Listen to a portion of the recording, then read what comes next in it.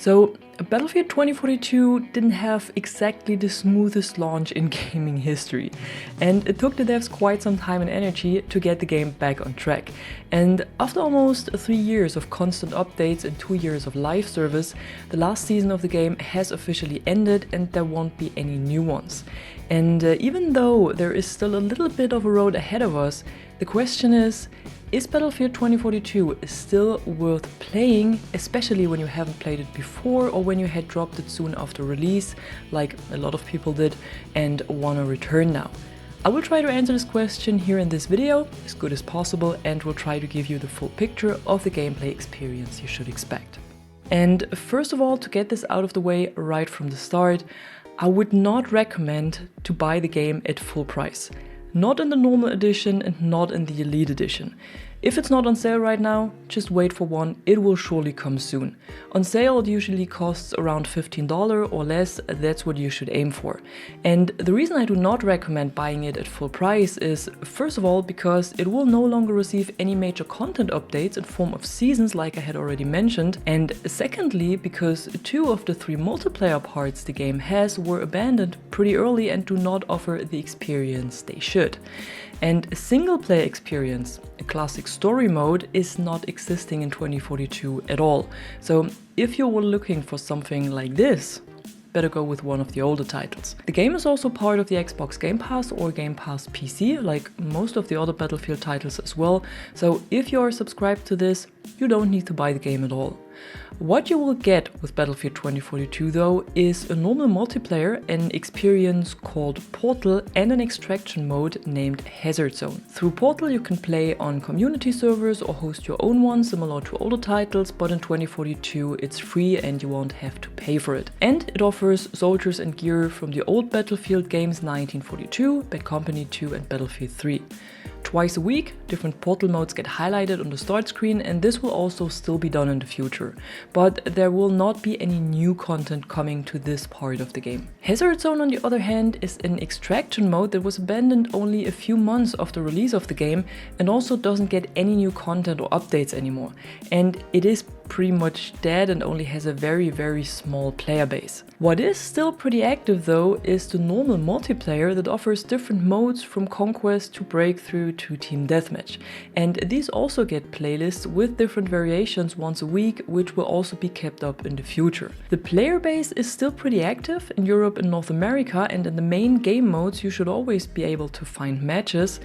However, in other regions like the Middle East, South Africa or Australia for example, that have a lower player count, you might have a hard time finding full servers on official modes.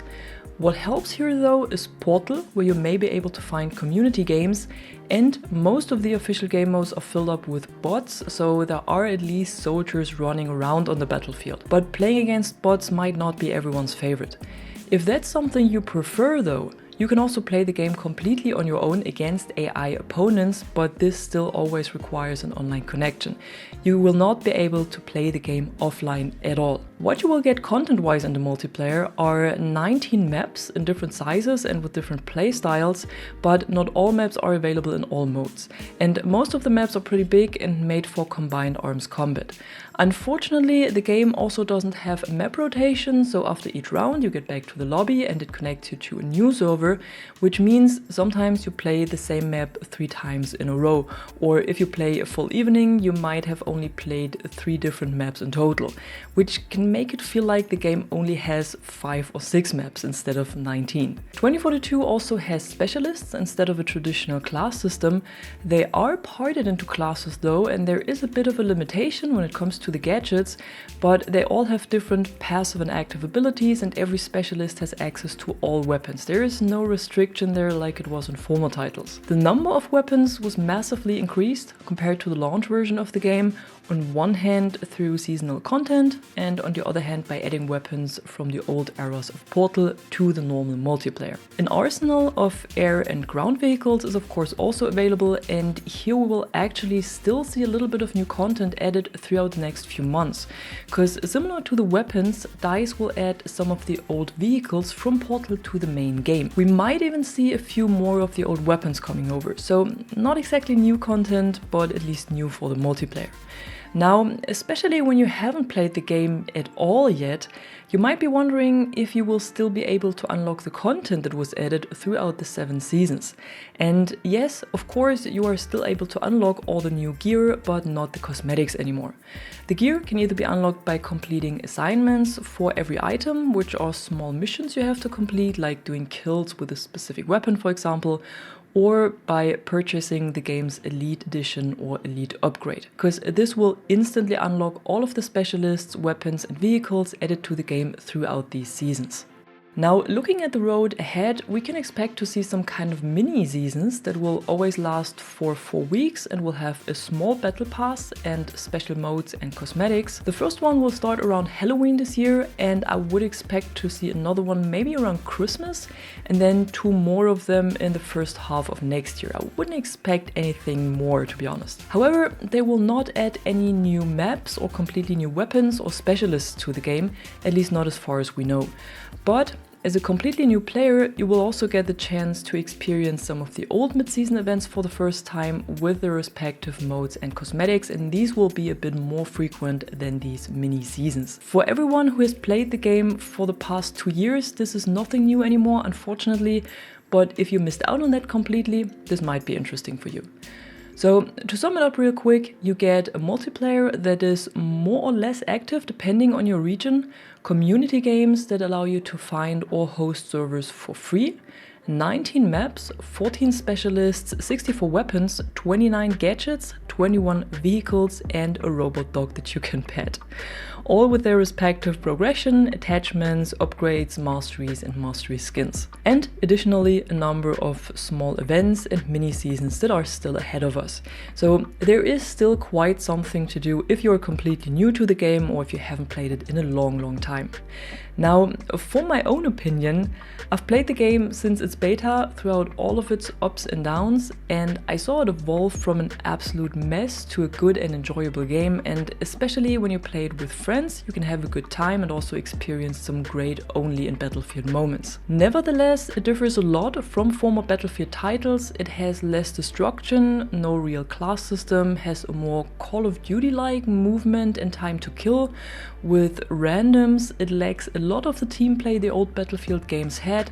On some maps and modes, vehicles can be very dominant, and even though all the maps have been reworked after release, they still lack the atmosphere and design of former titles. It also still has a bit laggy mouse and controller input that makes aiming feel a little swampy and not as direct as it does in other games. Hit registration and servo performance can be off sometimes, probably also depending on your region, and every now and again problems can occur with the EA app, but you also need that when you buy the game on Epic Games Store or Steam.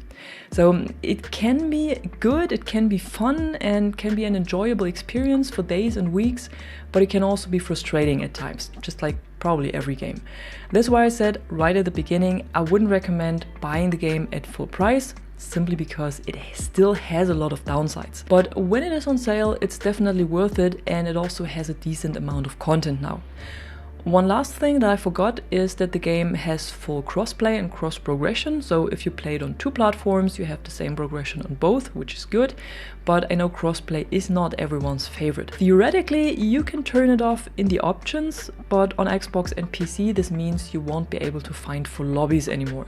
And only on PlayStation it's still possible to play with crossplay turned off, at least in Europe and North America. But that was it from me so far, and I think it was enough. A lot of facts, a bit of opinion and a bit of gameplay in the background that should have given you a good impression of the game and its current state. And I hope this helps you to find out if Battlefield 2042 is still worth your time and money.